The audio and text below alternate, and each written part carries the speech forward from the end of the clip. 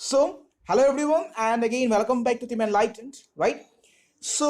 আমি শিকি আছিলো নহয় আমি শিকিম যে পি এন জাংচনৰ ফৰ্মেশ্যনটো কেনেকুৱা হয় ঠিক আছে এই গোটেই কনচেপ্টটো এটা খুব ইম্পৰ্টেণ্ট কুৱেশ্যন এটা আহে এক্সামত কেতিয়াবা সুধি দিব পাৰে যে পি এন জাংচনটো ফৰ্ম যে হয় কেনেকৈ ফৰ্ম হয় বা পি এন জাংচনৰ কাৰেণ্ট যে ফ্ল' কৰে কিয় কৰে বা কেনেকৈ কৰে বা তাৰ ইণ্টাৰনেল গোটেই কনচেপ্টটো লিখিব দিব পাৰে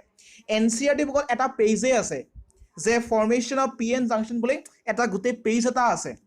তো সেই গোটেই পেজৰ যিটো সাৰাংশ আছে বা তাৰ গোটেই যিটো তাৰ টপিক আছে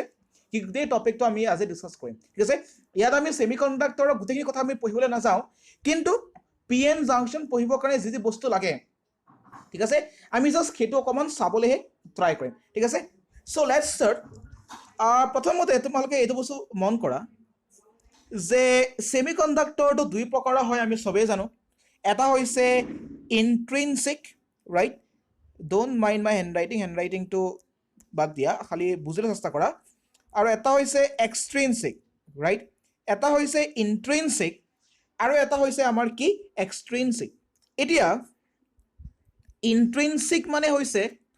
একদম পিয়'ৰ যিবোৰ ছেমি কণ্ডাক্টৰ আছে ইন্ট্ৰিনচিক মানে হৈছে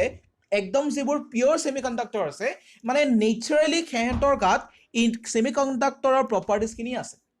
কিন্তু এক্সট্ৰিনচিক মানে আকৌ নেচাৰেলি নহয় এক্সট্ৰিনচিক মানে আকৌ আৰ্টিফিচিয়েলি যিবোৰ ছেমি কণ্ডাক্টৰ বনোৱা হয় হয়নে আৰ্টিফিচিয়েলি যিবোৰ ছেমি কণ্ডাক্টৰ বনোৱা হয় এতিয়া আৰ্টিফিচিয়েলি ছেমি কণ্ডাক্টৰ কেনেকৈ বনোৱা হয় একদম চিম্পল হয় প্ৰচেছটোক আমি কওঁ ড'পিং কি বুলি কওঁ আমি কওঁ ড'পিং ড'পিং মানে হৈছে আমি কিছুমান ইম্পিউৰিটিজ এড কৰিম তাৰমানে ইম্পিউৰিটিজ এড কৰিলে ঠিক আছে ইম্পিউৰিটিজ এড কৰিলে ছাবষ্টেঞ্চটোৱে আৰ্টিফিচিয়েলি ছেমি কণ্ডাক্টৰৰ কেৰেক্টাৰিষ্টিক বা প্ৰপাৰ্টিজ পায় তাৰমানে ধৰি লোৱা মোৰ হাতত এটা ছাবষ্টেঞ্চ এটা আছে ঠিক আছে মোৰ হাতত এটা ছাবষ্টেঞ্চ আছে এই ছাবষ্টেঞ্চটোক ফাৰ্ষ্টত মই কি কৰিম হিট কৰিম কি কৰিছোঁ মই হিট কৰিছোঁ ছাবষ্টেঞ্চটোক হিট কৰাৰ লগে লগে ই কি হৈ যাব গলি যাব মানে ই মল্টেন ষ্টেটলৈ গুচি আহিব যেতিয়া ই মল্টেন ষ্টেটলৈ গুচি আহে ইয়াত তেতিয়া মই কিছুমান ইম্পিউৰিটিজ এড কৰি দিম আৰু ইম্পিউৰিটিজৰ দুটা প্ৰকাৰ আছে ৰাইট এটা হৈছে টেট্ৰাভেলেণ্ট এটা হৈছে পেণ্টাভেলেণ্ট আমি চাম বাৰু পিছত ঠিক আছে চ' মই কিছুমান ইম্পিউৰিটিজ এড কৰি দিম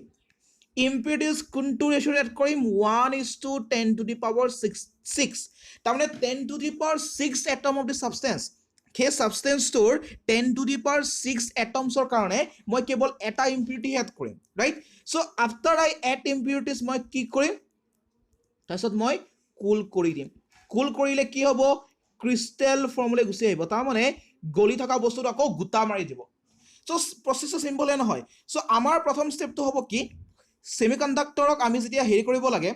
ছেমি কণ্ডাক্টৰক যেতিয়া আমি এটা বনাব লাগে মানে এটা ছাবষ্টেঞ্চক যেতিয়া আমি ছেমি কণ্ডাক্টৰ বনাব লাগে আমি কি কৰিম প্ৰথমে আমি হিট কৰিম হিট কৰাৰ লগে লগে সি মল্টেন ষ্টেট পাই গ'ল মল্টেন ষ্টেটত আমি তাক ইম্পিউৰিটিজবোৰ এড কৰি দিম সি পেণ্টাভেলেণ্টো হ'ব পাৰে ট্ৰাইভেলেণ্টো হ'ব পাৰে আৰু তাৰ ৰেচিঅ'টো হৈছে 1:10⁶ ৰাইট ইম্পিউৰিটিজ এড কৰি দিয়াৰ লগে লগে তাৰ কণ্ডাক্টিভিটি বাঢ়ি যায় মানে সি ছেমি কণ্ডাক্টৰৰ কেৰেক্টাৰিষ্টিক কিছুমান পাই যায় ৰাইট আৰু তাৰপিছত আমি কুল কৰি দিম কিয় কাৰণ মল্টেন ষ্টেট মানে লিকুইড ফৰ্মত লিকুইড মানে কি আৰু ছেমি লিকুইড ফৰ্মত থাকে তাক আমি কুল কৰি পেলাই আকৌ গোটা বস্তুলৈ কনভাৰ্ট কৰি দিম মানে ক্ৰিষ্টেল কৰি পেলাই ৰাইট এনেধৰণে আমি এক্সট্ৰিনচিক ছেমি কণ্ডাক্টৰবোৰ বনাব পাৰোঁ ইয়াৰ পৰা ডিটেইলছত আমি কেতিয়াবা পিছত বুজি পাম বা পঢ়িম আৰু এই গোটেই প্ৰচেছটোকে আমি কি বুলি কওঁ ড'পিং বুলি কওঁ আৰু যে আমি ইম্পিউৰিটিজবোৰ যে এড কৰোঁ তাক আমি কি বুলি কওঁ আমি তাক ড'পেন্স বুলি কওঁ যিবোৰ আমি ইম্পিউৰিটিজ এড কৰোঁ আমি তাক ড'পেন্স বুলি কওঁ আৰু এই ড'পেন্সৰ ওপৰত ভিত্তি কৰিয়ে আমাৰ কি হয় আমাৰ এক্সট্ৰিনচিক ছেমি কণ্ডাক্টৰ দুটা প্ৰকাৰৰ হৈ যায় এটা হৈছে পি টাইপ আৰু এটা হৈছে আমাৰ এন টাইপ তাৰমানে সেই ছাবষ্টেঞ্চটোক যদি ঠিক আছে সেই ছাবষ্টেঞ্চটোক যেতিয়া মই ইম্পিউৰিটিজ এড কৰোঁ যদি মই 13 গ্ৰুপ অফ এলিমেণ্টছ তাৰমানে যিবোৰ এলিমেণ্টছৰ ভেলেঞ্চি 3 মানে টেট্ৰাভেলেণ্ট সো মই টেট্ৰাভেলেন্ট ইম্পিউৰিটিজ যদি মই এড কৰোঁ ই হৈ যায় পি টাইপ আৰু মই যদি 15 গ্ৰুপ অফ এলিমেণ্টছ মানে পিৰিয়ডিক টেবুলখনৰ গ্ৰুপ নম্বৰ 15ৰ এলিমেণ্টছখিনি যাৰ ভেলেঞ্চি 5 তাক যদি মই এড কৰোঁ ই হৈ যায় কি আমাৰ এন টাইপ ৰাইট এইটো হৈছে আমাৰ পি টাইপ এইটো হৈছে আমাৰ N type it is very simple আৰু ইয়াৰ পিছত ডিটেইলছত আমি কেতিয়াবা চাম বাৰু কিছুমান কেৰেক্টাৰিষ্টিক প্ৰপাৰ্টি আছে যিটো কেৰেক্টাৰিষ্টিক প্ৰপাৰ্টি আমি এতিয়া পি এন জাংচন বুজিব নালাগিব সেইটো হৈছে একদম চিম্পল যে এনত হোলছৰ কনচেনট্ৰেশ্যনটো বেছি থাকে কাতকৈ ইলেক্ট্ৰনছৰ কনচেনট্ৰেশ্যনতকৈ তাৰমানে পি টাইপত সৰি এন বুলি ক'লোঁ মই সৰি পি টাইপৰ কথা মই কৈ আছোঁ পি টাইপত হোলছ বেছিকৈ থাকে আৰু ইলেক্ট্ৰনছ কমকৈ থাকে তাৰমানে এই হোলছটো হৈছে মেজৰিটি কাৰ কাৰণে পি কাৰণে আৰু ইলেক্ট্ৰনছটো হৈছে মাইনৰিটি চাৰ্জ কেৰিয়াৰ্ছ একেধৰণে এন টাইপত ইলেক্ট্ৰনছ বেছিকৈ থাকিব আৰু হোলছ কমকৈ থাকিব ৰাইট ইলেক্ট্ৰনছ বেছিকৈ থাকিব আৰু হোলছ কমকৈ থাকিব এতিয়া এইটো যদি আমি মন কৰোঁ এই হোলছটো পি কাৰণে কি হৈ যায় মেজৰিটি হৈ যায় আৰু ইলেক্ট্ৰনছটো কি হৈ যায় মাইনৰিটি একেধৰণে এনৰ কাৰণে ইলেক্ট্ৰনছটো কি হৈ যায় মেজৰিটি আৰু হোলছটো হৈ যায় মাইনৰিটি চ' এই দুটা বস্তুৰ জৰিয়তে আমি পি আৰু এন জাংচনৰ গোটেই কনচেপ্টটো শিকিবলৈ আমি চেষ্টা কৰিম প্ৰথম কথাটো হৈছে পি টাইপত কি থাকিব হোলছ মেজৰিটি ইলেক্ট্ৰনছ মাইনৰিটি আকৌ এন টাইপত ইলেক্ট্ৰনছ মেজৰিটি হোলছ মাইনৰিটি চ' এই কনচেপ্টটো এপ্লাই কৰি পেলাই আমি পি এন জাংচনৰ গোটেই কনচেপ্টটো শিকিবলৈ চেষ্টা কৰিম চ' পি এন জাংচনৰ দুটা প্ৰচেছ আছে বা দুটা পি এন জাংচন শিকোঁতে আমি দুটা থিয়ৰম শিকি ল'ব দুটা ফেনমেনা শিকি ল'ব লাগিব এটা ফেনমেনা হৈছে ডিফিউজন ৰাইট আৰু এটা ফেনমেনা হৈছে ড্ৰিফ্ট চ' আমি ড্ৰিফ্টটোৰ পিছত শিকিম আমি প্ৰথমতে চাই লওঁ ডিফিউজন মানে কি right what do you mean by diffusion right diffusion মানে আমি কি বুজি পাওঁ আমি সেইটো চাওঁ চ' যদি কিবা এটা বস্তু হাই কনচেনট্ৰেশ্যনৰ পৰা ল' কনচেনট্ৰেশ্যনলৈ ফ্ল' কৰে হাই কনচেনট্ৰেশ্যনৰ পৰা যদি কিবা এটা বস্তু ল' কনচেনট্ৰেশ্যনলৈ ফ্ল' কৰে আমি তাকে ডিফিউজন হোৱা বুলি কওঁ এই লাগিলে ৱাটাৰ হওক বা যিকোনো ছাবষ্টেঞ্চেই হওক আনকি আমি এইটো বস্তু জানো যে কাৰেণ্ট কেনেকৈ ফ্ল' কৰে আমি সদায় জানো এইটো যদি পজিটিভ আৰু যদি এইটো নিগেটিভ টাৰ্মিনেল হয় কাৰেণ্টটো সদায় পজিটিভ টু নিগেটিভ যায় হয় নাই কাৰেণ্টটো সদায় পজিটিভ পৰা নিগেটিভলৈ যায় তাৰমানে current always flows from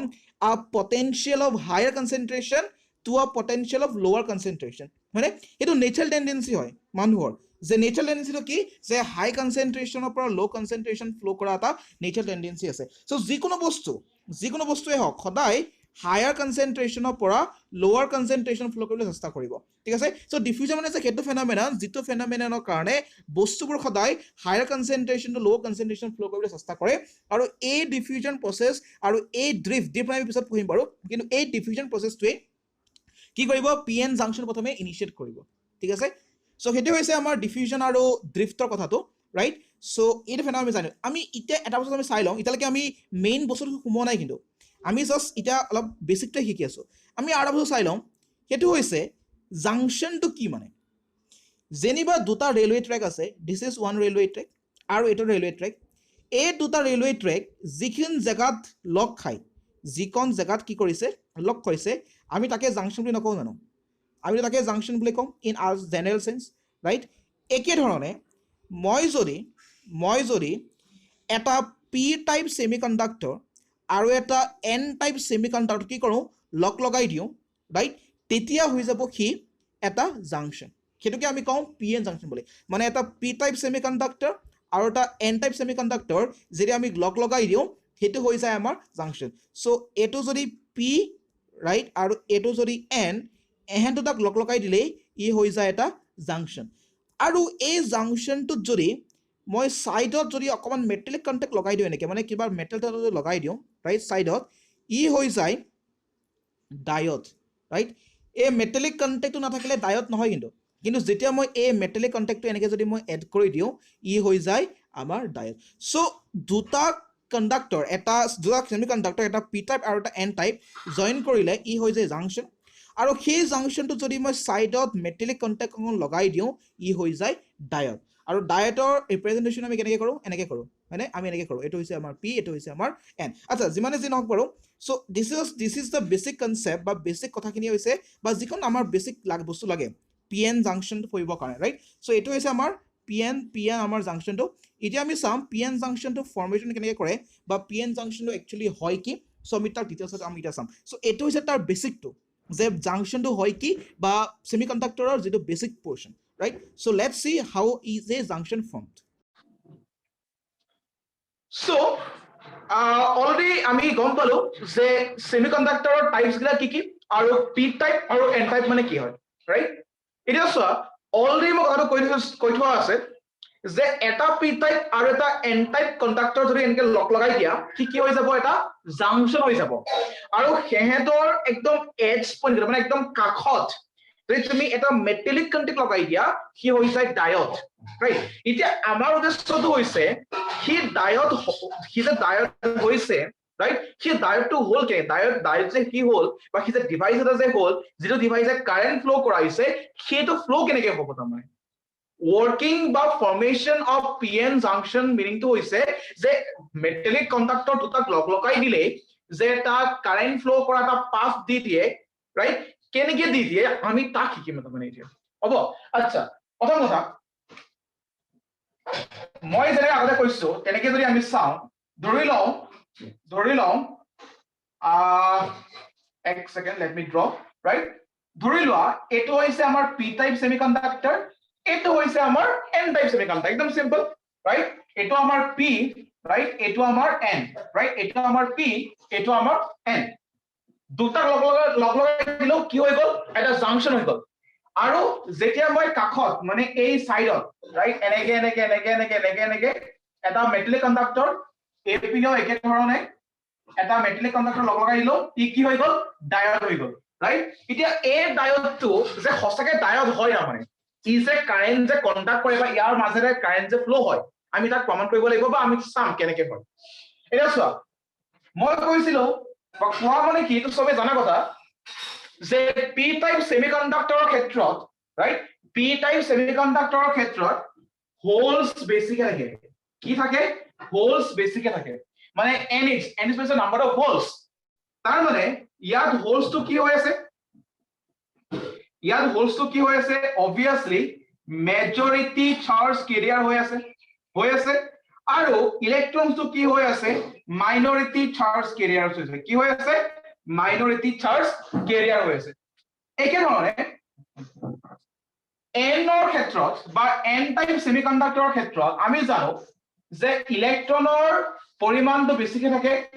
right তাৰ মানে ইলেক্ট্ৰনটো হৈ যায় মেজৰিটি হয় নাই আৰু হোলস to হৈ যায় মাইনৰিটি মানে ইয়াত হোলস বেছিকে নাথাকে কমকে থাকে ৰাইট হোলস to হৈ যায় মাইনৰিটি সো সোয়া আমাৰ যে মোবাইল চাৰ্জাৰবোৰ থাকে বা সেমিকন্ডাক্টৰ যিকোনো ডিভাইস মানে চাব পাৰা ইলেক্ট্ৰনিক্যাল ডিভাইসবোৰ চাব পাৰা সকলোবোৰ ইলেক্ট্ৰনিক্যাল ডিভাইসত তোমালোকে এটা পিএন জাংশন ডায়োড পাবা ৰাইট যদি তোমালোকৰ ইলেক্ট্ৰনিক্স চাবলৈ মন যায় ৰাইট সো চাব পাৰিবা সো ইলেক্ট্ৰিক্যাল মই ইলেক্ট্ৰিক্যাল কোৱা নাই মই ইলেক্ট্ৰনিক্যাল কৈছো ঠিক আছে ইলেক্ট্ৰিক্যাল টু ডিফাৰেন্ট হয় ইলেক্ট্ৰনিক্যাল টু ডিফাৰেন্ট হয় সো এটা ইলেক্ট্ৰনিক্যাল ডিভাইস যদি তোমালোকে ভালকে চোৱা তোমালোকে দেখাব পাৰা ডায়োড একচুয়ালি কেনেকুৱা হয় দেখিব ঠিক আছে সো ডায়োডটো দেখালে তোমাক গম পাবা যে কোনটো পি কোনটো এন ৰাইট এটো পিছত এক্সপেৰিমেন্টাল যদি তোমালোকে চোৱা আৰু সাধাৰণতে ক্লাস 12 ৰ প্ৰ্যাকটিকেল হেতু আমি প্ৰ্যাকটিকেল হেতু আছে আমি চাব পাৰো তাৰ মানে ৰাইট আমি ডায়োডটো চিনি পাব পাৰো ওকে সো এনিৱেজ এতিয়া চোৱা আমি যেটা ডায়োডটো যেতিয়া আমি চাওঁ চকুৰে যেতিয়া আমি চাওঁ আমিতো ইলেক্ট্ৰনছ আৰু হোলস নেদেখো ন এই বস্তুবোৰ ইয়াৰ ভিতৰত হৈ আছে তো আমি নাজানো ভিতৰত কি হৈ আছে হয় নাই ৰাইট সো কেনে কথা এনিৱেজ এতিয়া চোৱা মই কি কৈছিলো যে এই কন্ডাক্টিং ডিভাইসটো বা এই ডিভাইসত এটা পি টাইপ কন্ডাক্টৰ সেমিকন্ডাক্টৰ আছে এটা এন টাইপ সেমিকন্ডাক্টৰ আছে পি টাইপত কি থাকিব হোলস বেছিকে থাকিব ইলেক্ট্ৰনছ কমকে থাকিব আৰু এন টাইপত ইলেক্ট্ৰনছ বেছিকে থাকিব হোলস কমকে থাকিব ৰাইট অকমান আগতে আমি পঢ়িছিলো ডিফিউজন আৰু ড্ৰিফট ফেনোমেননটো অকমান আগতে আমি পঢ়িছিলো যে ডিফিউজন মানে কি ড্ৰিফট মানে কি ৰাইট সো পিএন জাংশন ডায়োডৰ কনসেপ্টটো জানিব হলে বা ফৰ্মেশনটো বুজিব হলে আমি দুটা ফেনোমেনন আমি জানিব লাগিব এটা হৈছে ড্ৰিফট আৰু এটা হৈছে ডিফিউজন ডিফিউজন মানে হৈছে যেতিয়া হায়াৰ কনসেন্ট্ৰেচনৰ পৰা লোৱাৰ কনসেন্ট্ৰেচনলৈ পানীটো ফ্লো কৰিব তোমাৰ ঘৰত যেটো পানীৰ টেংকি আছে সেই পানীৰ টেংকিটোৰ পৰাহে তোমাৰ বাথৰুম বা তোমাৰ এনেকুৱা তালে পানীটো যায় মানে আমাৰ ঘৰত থকা পানী টেংকিটোত পানী বেছিকে থাকে right? আৰু যেহেতু তাত পানী বেছিকে আছে যত পানী কমকে আছে তালে পানীখিনি যাব তাৰ মানে সদায় বস্তুটো একদম হায়াৰ কনসেন্ট্ৰেচন যত বস্তুটো পৰিমাণ বেছি তাৰ পৰা তলৰ পৰিমাণলৈ যায় right আমি কেমিষ্ট্ৰিতে হওক বায়োলজিতে হওক এটা পঢ়িছো ডিফিউজন পঢ়িছিলো আমি বায়োলজি ডিফিউজন পঢ়িছো আমি কেমিষ্ট্ৰিতে অসমোসিস পঢ়িছো একেটা বস্তুই তাত যেনিবা ওয়াটাৰ আছে ওয়াটাৰ কাৰণে আমি অসমোসিস বুলি নামটো হলে হৈ যায় মানে ডিফিউজনটো হৈছে এটা ফেনোমেনা ডিফিউজনটো হৈছে এটা ফেনোমেনা যিটো ফেনোমেনাৰ কাৰণে হায়াৰ কনসেন্ট্ৰেচনৰ বস্তুখিনি লোৱাৰ কনসেন্ট্ৰেচনলৈ আহিবলৈ চেষ্টা কৰে একদম সিম্পল কাৰেন্টটো কেনেকৈ ফ্লো কৰে আমাৰ যে ঘৰত ইলেক্ট্ৰিচিটি ওয়্যাৰ আছে কি ইলেক্ট্ৰিচিটি ওয়্যাৰৰ কাৰেন্টটো ক'ৰ পৰা কলৈ যায় সদায় হায়াৰ পটেনশিয়েলৰ পৰা লোৱাৰ পটেনশিয়েললৈ কাৰেন্টটো ফ্লো কৰে right সদায় হায়াৰ পটেনশিয়েলৰ পৰা লোৱাৰ পটেনশিয়েললৈ কাৰেন্টটো ফ্লো কৰে সো যেতিয়া হায়াৰ পটেনশিয়েল লোৱাৰ পটেনশিয়েল ফ্লো কৰিছে তাৰমানে তাতো ডিফিউজন হৈছে ন মই জাস্ট এটা উদাহৰণ এটা দিছো মই কথা কব বিচাৰিছো যে এটা নেচাৰেল টেন্ডেন্সি হয় this is a natural tendency হয় যে বস্তুবোৰ সদায় হায়াৰ কনসেন্ট্ৰেচন টু লোৱাৰ কনসেন্ট্ৰেচন ফ্লো কৰে আৰু ইয়াকে আমি ডিফিউজন বুলি কওঁ ঠিক আছে এতিয়া চোৱা মই জানো যে আমাৰ পিট কি আছে ইলেক্ট্ৰনছ কমকে আছে আৰু হোলস বেছিকে আছে আমাৰ পিট ইলেক্ট্ৰনছ কমকে আছে কিন্তু হোলস বেছিকে আছে মানে হোলস মেজৰিটি যেহেতু হোলস বেছিকে আছে নেচাৰেল টেন্ডেন্সি হয় কি কৰিব obviously diffusion কৰিব কিহৰ ডিফিউজন হোলছৰ ডিফিউজন কেনেকৈ কৰিব পিৰ পৰা এনলৈ কি যাব হোলস যাব কিয় কাৰণ পিৰ হোলস বেছিকে আছে এনত হোলস কমকে আছে সেইকাৰণে পিৰ পৰা এনলৈ হোলস যাব তাকে আমি কওঁ ডিফিউজন প্ৰসেস হয় মানে holes are diffused from p to n হল আকৌ এনত ইলেক্ট্ৰনছ বেছিকে আছে ইলেক্ট্ৰনছৰ ডিফিউজন হ'ব কিয় ইয়াত ইলেক্ট্ৰনছ বেছি ইয়াত ইলেক্ট্ৰনছ কম সো বেলেন্স কৰিবৰ কাৰণে obviously ইলেক্ট্ৰনছ ইপিনে আহিবই হয় নাই সো কি হৈ গল এনৰ পৰা পি লৈ ইলেক্ট্ৰনছৰ ডিফিউজন প্ৰথমতে কি হল পিৰ পৰা এনলৈ হোলছৰ ডিফিউজন হল প্ৰথমতে কি হল পিৰ পৰা এনলৈ ইলেক্ট্ৰনছৰ পিৰ পৰা এনলৈ হোলছৰ ডিফিউজন হল আৰু নেক্সট কি হল এনৰ পৰা পিলে কি হল ইলেক্ট্ৰনছৰ ডিফিউজন হল এতিয়া আমি জানো যে কাৰেন্ট মানে কি কাৰেন্ট মানে হৈছে ইলেক্ট্ৰনছৰ ফ্লো কৰাটো ৰাইট ইলেক্ট্ৰনছ ফ্লো কৰিলে কাৰেন্ট প্ৰডিউস হয় আমি জানো নাই চাৰ্জ ইলেক্ট্ৰনছ মানে কি চাৰ্জ যেতিয়া চাৰ্জ ফ্লো কৰে সেই চাৰ্জটোৱে কি প্ৰডিউস কৰিব কাৰেন্ট প্ৰডিউস কৰিব right charge per unit time is current right so electrons flow কৰিছে মানে নেগেটিভ চাৰ্জ ফ্লো কৰিছে হোলস ফ্লো কৰিছে মানে পজিটিভ চাৰ্জ ফ্লো কৰিছে তাৰ মানে ইয়াত চাৰ্জৰ ফ্লো হৈছে হোলস মানে কথা মই কিবা হোলস মানে পজিটিভ চাৰ্জ সো যেতিয়া চাৰ্জৰ কি হৈছে ফ্লো হৈছে বা যেতিয়া চাৰ্জবোৰ দৌৰি পৰিছে বা চাৰ্জবোৰ যেতিয়া ঘূৰি পৰিছে তাৰ মানে কাৰেন্টৰ সৃষ্টি হ'ব ৰাইট আৰু কাৰেন্টৰ সৃষ্টি কেনেকৈ হ'ব কাৰেন্টটো কি হ'ব সদায় ইলেক্ট্ৰনছৰ যেটো ফ্লো হয় তাৰ অপজিটত দৌৰিব এই বস্তু আমি 9th ৰ পঢ়ি আহিছো যে কাৰেন্টটোৱে সদায় ইলেক্ট্ৰনছৰ অপজিট ডিৰেকচনত মুভমেন্ট কৰে কিয় কৰে তাৰ ফেনোক্ষেত্ৰত এটা প্ৰপাৰ্টি হয় এটা কিয় কৰিলে বুজাৰ কথা নহয় হয় নাই আমি জানো যে কাৰেন্টে সদায় কি কৰিব ইলেক্ট্ৰনছৰ অপজিট ডিৰেকচন মুভমেন্ট কৰিব তাৰমানে চোৱা ডিফিউজনৰ কাৰণে ইলেক্ট্ৰনছবোৰ এনৰ পৰা পিলে আহিছিলে মানে ইলেক্ট্ৰনছবোৰ এনেকৈ গৈছিলে এটা কাৰেন্ট কেনেকৈ যাব ইলেক্ট্ৰনছৰ অপজিট মানে এনেকৈ সো কাৰেন্ট কেনেকৈ যাব এনেকৈ যাব ৰাইট এটো হৈছে ডিফিউজন কাৰেন্ট কিয় ডিফিউজন কাৰেন্ট কাৰণ ইলেক্ট্ৰনছ আৰু হোলছৰ ডিফিউজনৰ কাৰণে এই কাৰেন্টৰ সৃষ্টি হৈছে সেইকাৰণে আমি ইয়াক কওঁ ডিফিউজন কাৰেন্ট বুলি কি বুলি কওঁ ডিফিউজন কাৰেন্ট হল ওকে এতিয়া চোৱা পিট কি বেছিকে আছিলে হোলছ বেছিকে আছিলে এনত কি বেছিকে আছিলে ইলেক্ট্ৰনছ বেছিকে আছিলে ডিফিউজনত কি হৈছিলে পিৰ পৰা এনলৈ হোলছ গৈছিল এনৰ পৰা পিলে ইলেক্ট্ৰনছ আহিছিলে তাৰ মানে এই পি আৰু এনৰ মেজৰিটি চাৰ্জ কেৰিয়াৰ্ছবোৰ কি হৈছিলে ফ্লো কৰিছিল পিৰ পৰা হোলছ গৈছিলে হোলছৰ মেজৰিটি আছিলে পি আছিলে এনৰ পৰা ইলেক্ট্ৰনছ আহিছিলে এনত ইলেক্ট্ৰনছ মেজৰিটি হয় নাই হয় তাৰ মানে দুইটাৰ পৰা পি আৰু এনৰ পৰা কি হৈছিলে মেজৰিটি চাৰ্জ কেৰিয়াৰ্ছৰ ডিফিউজন হৈছিলে তাৰ মানে এই যে কাৰেন্টটো প্ৰডিউস হ'ল কাৰ কাৰণে হৈছে এই হোলছ আৰু ইলেক্ট্ৰনছৰ কাৰণে হৈছে আৰু এই হোলছ আৰু ইলেক্ট্ৰনছবোৰ কি পিৰ আৰু এনৰ মেজৰিটি চাৰ্জ কেৰিয়াৰ্ছ তাৰ মানে আমি ক'ব পাৰো যে এই ডিফিউজন কাৰেন্টটো কিহৰ কাৰণে হয় ডিউ টু মেজৰিটি চাৰ্জ কেৰিয়াৰ্ছৰ কাৰণে হয় এটো মনত ৰাখিবা ঠিক আছে কাৰ কাৰণে হয় মেজৰিটি চাৰ্জ কেৰিয়াৰ্ছৰ কাৰণে ডিফিউজন কাৰেন্টটো ফ্লো কৰে মেজৰিটি চাৰ্জ কেৰিয়াৰ্ছৰ কাৰণে কি কৰিব ডিফিউজন কাৰেণ্টটো ফ্লো কৰিব ৰাইট এতিয়া চোৱা যেতিয়া মই এনে এটা নৰ্মেলি মই এক্সাম্পল দিছো যেতিয়া এটা এটমৰ পৰা ধৰি লোৱা এটা এটম আছে এই এটমটোৰ পৰা যেতিয়া এটা ইলেক্ট্ৰন ওলাই দিম কেনেকৈ ওলাম ইদাৰ বাই থাৰ্মেল এক্সাইটমেন্ট বা সূৰ্যৰ ৰশ্মি দি থলেও কি গৰম হৈ যায় কি নিজে আঁতৰি যাব ফ্লো ফটো ইলেক্ট্ৰিক ইফেক্ট আমি নিজে জানো হয় সো বিভিন্ন ধৰণে বা ইলেক্ট্ৰিচিটি এপ্লাই কৰিও আঁতৰাব পাৰি সো এটা এটমৰ পৰা বা এটা পৰমাণুৰ পৰা এটা ইলেক্ট্ৰন আঁতৰাবলৈ কিতাবা টান হয় বিকজ আয়নাইজেশ্যন এনাৰ্জি কনসেপ্ট কিছুমান আহে হয় না মানে মেটেলছ অনুসৰি সৰি এলিমেন্টছ অনুসৰি তাৰ প্ৰসেসটো বেলেগ বেলেগ হ'ব বা তাৰ মানে ইজি নে কম আমি কিটো অ্যাকৰ্ডিং টু এলিমেন্টছ আমি ক'ব পাৰিম তো যি নহওক মই যে ইনা এক্সাম্পল কৰিছো যে এটা এটমৰ পৰা বা যেনিবা তুমি এটা ইলেক্ট্ৰন আঁতৰাই পঠালা এটা এটমৰ পৰা যেনিবা তুমি এটা ইলেক্ট্ৰন আঁতৰাই পঠালা তো এটমটোৰ কি হ'ব এটমটোৱে পজিটিভ চাৰ্জ গেইন কৰিব কি কৰিব এটমটোৱে পজিটিভ চাৰ্জ গেইন কৰিব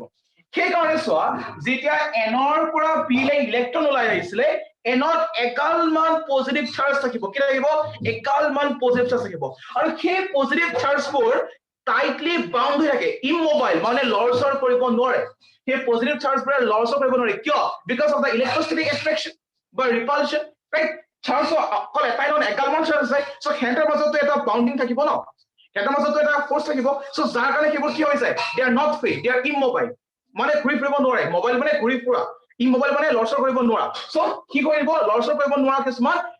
চাৰ্জ কি হ'ব ইয়াত সৃষ্টি হ'ব তাৰ মানে এনৰ ক্ষেত্ৰত যেতিয়া মই এনৰ কথা কৈ আছো ইলেক্ট্ৰনটো আঁতৰি গ'ল মানে কি হৈ যাব এগাল মান পজিটিভ চাৰ্জ এনেকে আহিব এনেকে গঠন হ'ব ঠিক আছে ৰাইট একেদৰে যেতিয়া পিৰ পৰা হোলছ ওলাই গৈছে তেতিয়া পিত কি হ'ব নিগেটিভ চাৰ্জ সৃষ্টি হ'ব কেনেকে এনেকে সো এনেকে আৰু এই পজিটিভ আৰু নিগেটিভ চাৰ্জ কি কৰিব জানানে এই পি আৰু এনৰ একদম সাইডে গুট খাই যাব তাৰমানে মানে পিৰ কাষত এটো যদি বাউন্ডাৰী হয় পিৰ কাষত পজিটিভ কোপাই গুট মাৰি ধৰিছে আৰু এনৰ কাষত নিগেটিভ কোপাই এনেকে গুট মাৰি ধৰিছে হয়নে কাৰণ চোৱা চাৰ্জ খিনি ফ্লো কৰিব নোৱাৰে ফ্লো কৰা হেতেনটো পজিটিভ নিগেটিভ মিলি নিউট্ৰেল হৈ গ'লহেতেন হয় নাই সো চাৰ্জ খিনি হৈছে ইমমোবাইল সো যেটো ইমমোবাইল চাৰ্জ হয় সো পি আৰু এনৰ ক্ষেত্ৰত কি কৰিছে পি আৰু এনৰ ক্ষেত্ৰত এনেকৈ সব বাউন্ডিং আছে ন এইটো পজিটিভ নিগেটিভ একদম এনেকুৱা ফোৰ্স আছে যাৰ কাৰণে মিলিব পৰা নাই দিস ইজ কল্ড ইলেক্ট্ৰোষ্টেটিক ফোৰ্স হয় নাই সো এনৰ পৰা যে ইলেক্ট্ৰন ওলাই গুচি আহিলে এনত পজিটিভ চাৰ্জ থাকি গ'ল পিৰ পৰা যে হোলছ ওলাই গুচি গ'ল তেতিয়া নিগেটিভ চাৰ্জ থাকি গ'ল আৰু এই পজিটিভ আৰু নিগেটিভ চাৰ্জ ক'ত গুট খাইছে বা ক'ত কালেক্ট হৈছে বা ক'ত একিউমুলেট হৈছে ক'ত হৈছে এই পি আৰু এনৰ সাইডে একিউমুলেট হৈছে সব পিৰ কাষত পজিটিভ চাৰ্জ এনৰ কাষত নিগেটিভ চাৰ্জ একিউমুলেট হৈছে যাৰ কাৰণে আমি এটা ৰিজন কি হৈ গ'ল অকল এটা ৰিজন কি হৈ গ'ল অকল চাৰ্জেৰে ভৰপুৰ হৈ গ'ল এই ৰিজনটোক আমি কওঁ space charge region space charge region মানে এই ৰিজনটোত বা এই অংশটোত বা এই পাৰ্টত কেৱল চাৰ্জেৰে ভৰপুৰ হৈ আছে কি হৈ আছে কেৱল চাৰ্জেৰে ভৰপুৰ হৈ আছে ইয়াকে আমি কওঁ স্পেস চাৰ্জ ৰিজন আৰু এই স্পেস চাৰ্জ ৰিজনটোকে নাম দিছে ডিপ্লেশন লেয়াৰ বুলি কি নাম দিছে ডিপ্লেশন লেয়াৰ বুলি আৰু এই ডিপ্লেশন লেয়াৰৰ উইথটো মানে কিমান বহল আৰু কিমান ঠেক তাৰ ওপৰত ভিত্তি কৰি পেলাই ফৰৱাৰ্ড বায়াস ৰিভাৰ্স বায়াস আৰু নো বায়াস আমি পঢ়িম যে নো বায়াসৰ ডিপ্লেশন লেয়াৰটো কিমান কেনেকুৱা হয় ফৰৱাৰ্ড বায়াসৰ ডিপ্লেশন লেয়াৰটো ডাঙৰ হয় নে মানে বহলি যায় নে ঠেক হৈ যায় হয়নে আৰু ইয়াৰ ওপৰত ভিত্তি কৰি পেলাই কাৰেণ্টৰ ফ্লোটো আমি নিৰ্ধাৰিত কৰিব লাগে সো পিছত আমি সেইবোৰ শিকিম বাৰু কিন্তু কথা এতিয়া মেইন কথাটো হৈছে যে ইলেক্ট্ৰনছ আৰু হোলছৰ ডিফিউজন হোৱাৰ কাৰণে চাৰ্জ কিছুমান কি গ'ল থাকি গ'ল আৰু এই চাৰ্জ খিনি ক'ত একুমুলেট হৈছে পি আৰু এনৰ সাইডে একুমুলেট হৈছে আৰু এই ৰিজনটো কি হৈ গ'ল এটা স্পেস চাৰ্জ হৈ গ'ল মানে এটা চাৰ্জ ৰিজন হৈ গ'ল যাক আমি নাম দিছো ডিপ্লেশন লেয়াৰ বুলি হয় ডিপ্লেশন লেয়াৰ বুলি ওকে এতিয়া চোৱা এটা নেক্সট কথাটো দেখা এতিয়া নেক্সট কথাটো কি যে যেতিয়া দুটা চাৰ্জ এনেকে থাকিব এইটো এটা চাৰ্জ হয় যেতিয়া দুটা চাৰ্জ থাকিব আমি জানো যে এটা ইলেক্ট্ৰিক ফিল্ড সৃষ্টি হ'ব যেনেকে ম্যাগনেট থাকিলে এটা ম্যাগনেটিক ফিল্ডৰ সৃষ্টি হয় এটাকে এটাকে চাৰ্জ থাকিলে ইলেক্ট্ৰিক ফিল্ডৰ সৃষ্টি হ'ব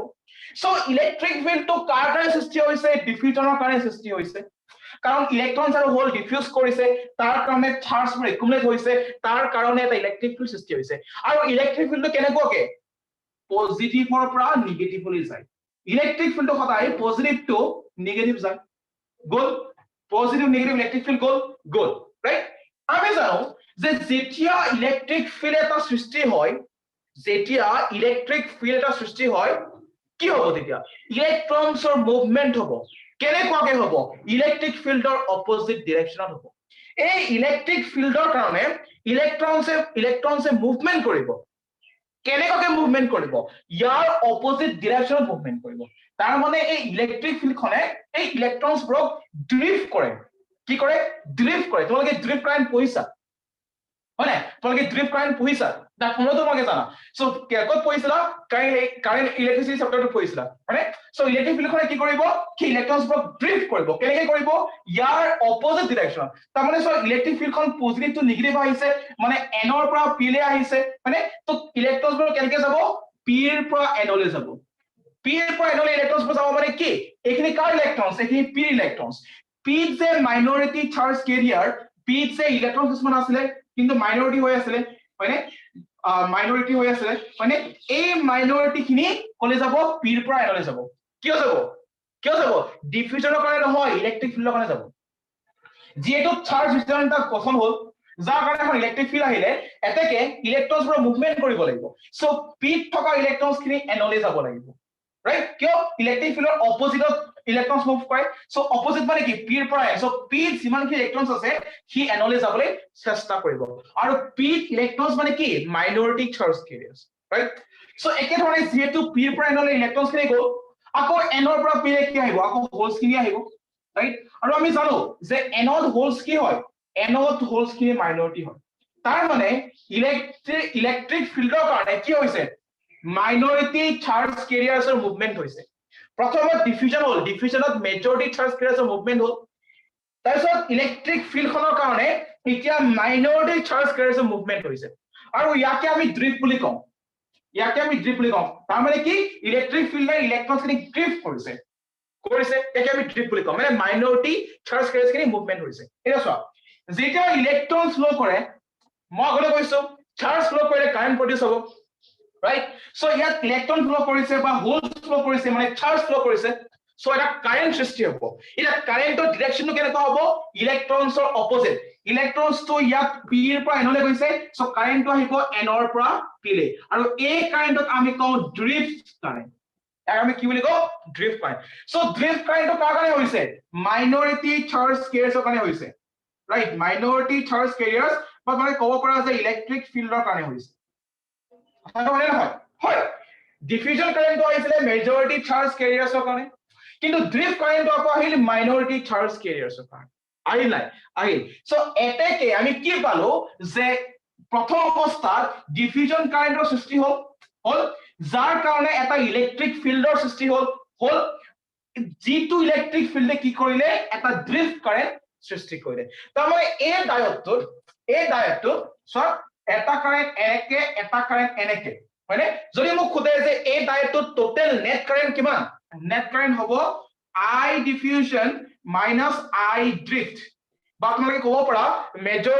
I majority minus I minority মানে majority কাৰেন্ট মানে majority চাৰ্জ কেৰিয়াৰ্ছৰ কাৰণে গঠন হোৱা current minus minority charge current মানে গঠন হোৱা কাৰেন্ট বুজি পাইছা সো ইয়াত নেট কাৰেন্টৰ ফৰ্মুলাটো হৈছে I majority minus I minority মানে I diffusion right minus I drift right এটো হৈছে আমাৰ টোটাল বা নেট কাৰেন্টৰ কি ফৰ্মুলাটো যে I diffusion minus I drift এটা চোৱা আমাৰ কথাটো হৈছিলে আমি জানিব লাগে যে কাৰেন্ট কেনেকৈ সৃষ্টি হয় ডায়োডত আমি দেখিলো কাৰেন্ট কেনেকৈ সৃষ্টি হ'লনে এতিয়া প্ৰথম অৱস্থাত কি হ'ব মানে ইনিশিয়াল ফেজত কি হয় ড্ৰিফট কাৰেন্টটো একেবাৰে সৰু হৈ থাকে একদম সৰু মানে একদম নাথাকা নিচিনা লাগে ড্ৰিফট কাৰেন্টটো একদম সৰু হৈ থাকে কিন্তু এটা সময়ত গৈ পেলাই ডিফিউজন কাৰেন্টৰ লগত ড্ৰিফট কাৰেন্টটো সমান হৈ যায় যাৰ কাৰণে ডায়োডত কাৰেন্টটো ফ্লো নকৰা হৈ যায় তাৰমানে ডিফিউজন ইজ ইকুৱেল টু ড্ৰিফট যেতিয়া হৈ যাব I diffusion ইকুৱেল টু যেতিয়া I drift হৈ যাব তেতিয়া কি হৈ যাব নেট কাৰেন্ট 0 হৈ যায় আৰু সেই কন্ডিশনটোকে আমি নো বায়াস কন্ডিশন বুলি কওঁ আচলতে বুজি পাইছা আমি পিএন জাংশন পইণ্টে আমি তিনটা বায়াসিং পঢ়িব লাগে এটা নো বায়াস এটা ফৰৱাৰ্ড আৰু এটা ৰিভাৰ্স পিছত আমি পঢ়িম সেইবোৰ পিছত লেকচাৰ যদি হয় ৰাইট কিন্তু আমাৰ উদ্দেশ্যটো এইটোৱে আছিল যে PN জাংশনত PN junction type to PN মানে এটা P type conductor আৰু C type and N type conductor লগ লগাই দিলে এটা যে এটা junction সৃষ্টি হয় বা কারেন্ট ফ্লো কৰে কেনেকৈ ফ্লো কৰে আমি লিখিবলৈ আহিলে আমি পৰীক্ষাত ধুনীয়াকৈ আমি এটা লিখিব পাৰিম হয়নে একদম সিম্পল প্ৰথমে ডিফিউজন হ'ব কিয় হ'ব কাৰণ হায়াৰ টু লো ফ্লো কৰা এটা টেন্ডেন্সি আছে সো হায়াৰ কনসেন্ট্ৰেচনৰ পৰা লোৱাৰ কনসেন্ট্ৰেচনলৈ কি ফ্লো কৰিব মেজৰিটি চাৰ্জ ক্ৰেছনে ফ্লো কৰিব যাৰ কাৰণে আই ডিফিউজন কাৰেন্ট সৃষ্টি হ'ব আৰু তাৰ consequently কি হইব এটা চাৰ্জ ৰিজন ক্ৰিয়েট হবো আৰ এই চাৰ্জ ৰিজনটো কাৰণে এটা ইলেক্ট্ৰিক ফিল্ড ক্ৰিয়েট হবো ইলেক্ট্ৰিক ফিল্ড ক্ৰিয়েট হোৱাৰ কাৰণে ইলেক্ট্ৰনছৰ মুভমেন্ট কৰিব লাগিব সো কি হইব পি এৰ পৰা এনলে ইলেক্ট্ৰনছ গল এনৰ পৰা পি লে হোলছ আহিলে তাৰ মানে ইয়াত মাইনৰিটি চাৰ্জ ক্ৰিয়েটখিনি মুভমেন্ট কৰিছে মানে ইয়াৰ ড্ৰিফট হৈছে আৰু যেহেতু ইলেক্ট্ৰনছ মুভমেন্ট কৰিছে অবভিয়াসলি এটা কাৰেন্টৰ সৃষ্টি হ'ব লাগিব আৰু কাৰেন্ট কেনেকৈ হ'ব ইলেক্ট্ৰনছৰ অপোজিট সো এনৰ পৰা পি লে কাৰেন্ট গল যাক আমি কলো ড্ৰিফট কাৰেন্ট হয়নে So এটা খুব ধুনীয়া এটা প্ৰসেস এটো একদম স্টেপ বাই স্টেপ বুজিলে হৈ গল ঠিক আছে আৰু এনেকে ডিফিউজন কাৰেন্ট আৰু ড্ৰিফট কারেন্ট কি হয় সৃষ্টি হয় হল সো ইমানখিনি আসলে পিএন জাংশন ডায়েটৰ যেটো মেইন কনসেপ্ট বা যদি এক্সামত খুদে যে পিএন জাংশন ডায়েটৰ ফৰ্মেশনৰ বিষয়ে লিখা তোমাকে লিখিব লাগিব ধুনীয়াকৈ ঠিক আছে সো এই দুটা ফেনোমেনন খুব ইম্পৰ্টেন্ট এটা হৈছে ডিফিউজন ফেনোমেননটো আৰু এটা হৈছে ড্ৰিফট ফেনোমেননটো মানে যে ডিফিউজন কেনেকৈ হয় আৰু ড্ৰিফট কেনেকৈ হয় বুজি পাইছা right so এটো হৈছে ডিপ্লেশন লেয়াৰ বুজি পাইছে কেনে সবে right so ইমানখিনি কথা PN জাংশনৰ ওপৰত আশা কৰিছো আপোনালোকে বুজি পাইছে আৰু এটা কথা আমি প্লেনিং কৰিছো যে will be starting class 12 courses right I mean for HS 2022 right so class 12 for course chronologically মই নকৰালো বেলেগ ফেকাল্টি আৰম্ভ কৰাব right so I hope you should ask your colleagues and friends right to watch the video so that they can understand right they can clear their concept so মই এটো demand কৰা নাই যে if you see my lecture বা তোমালোকে মোৰ কথাখিনি শুনিলে যে বুজি পাবা বুলি মই ডিমান্ড কৰা নাই কিন্তু মই এটা কথা কৈছো যে তোমালোকে ইয়াৰ যিখিনি বস্তু বুজিবা এই বস্তুখিনি বুজি পোৱাৰ পিছত যেতিয়া তোমাৰ কিতাপখন পঢ়িবা তেতিয়া তোমালোকে কিন্তু নিশ্চয় বুজি পাবা প্ৰথমতে যদি মোৰ কথাখিনি শুনাৰ পিছত কিতাপখন পঢ়া I can give you a damn surety that তোমালোকে বুজি পাবা ঠিক আছে কাৰণ NCERT টেক্সটবুকখন নপঢ়ালৈকৈ কেতিয়াও কোনেও একদম 100% ক্লিয়াৰলি ক'ব নোৱাৰে কিতাপখন পঢ়িব লাগিব যিমানে যি নহওক কিতাপ পঢ়িব লাগিব right so book you have to study a lot ঠিক আছে so ইমানখিনি কথা so মই এই টপিকটো এখানে কভাৰ কৰিছো কাৰণ এই টপিকৰ ওপৰত কনফিউজন বহুতৰে থাকে যে PN জাংশনটো ফৰ্ম কেনেকৈ হয় বহুতে নাজানে right so PN জাংশনটো এনেকৈ ফৰ্ম হয় এনেকৈ কাৰেন্ট সৃষ্টি হয় আৰু পৰীক্ষাত আহিলেও তোমালোকে ধুনীয়াকৈ ফিগাৰ দি আঁকিব পাৰিবা এতিয়া ঠিক আছে so thank you very much and I hope you have understood a lot right if there is any queries talot WhatsApp link ase click there join the WhatsApp group and ask any questions personally to the admins right jiman group admin ase you can ask queries over there right so thank you stay safe stay well and study hard